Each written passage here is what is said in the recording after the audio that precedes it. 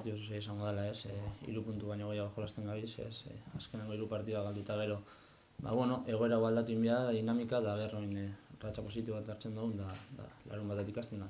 Uste dut fisiko aldetik ez dagoela arazorik, taldeak korrik asko itzen da bai lehen zatean, bai bigarrenean, lehenengo zatean asko hobeto jolastu dugula, da zuk esan zu moduan berean gola sartuta gero, guruk ere mugimenduak gero presioa gehitzen genuen igual bajoiari buruz, baina hori alde batera lagabio, fizikoki baki ondo gabizela, da larun bateko partiduan ondo gon biagari irabazteko. Hori zuk esan zu moduan biezan erabakia da, gu berakin gauz, da berak erabakiko da zein jolastu, da zelan jolastu da.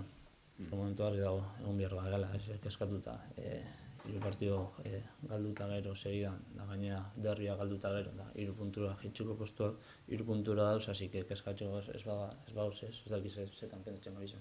Badakigu astea luzea izango dela, gogorra, asko preparo partidua, da lehen zauten gogoan, larun bateko partidua irabazi.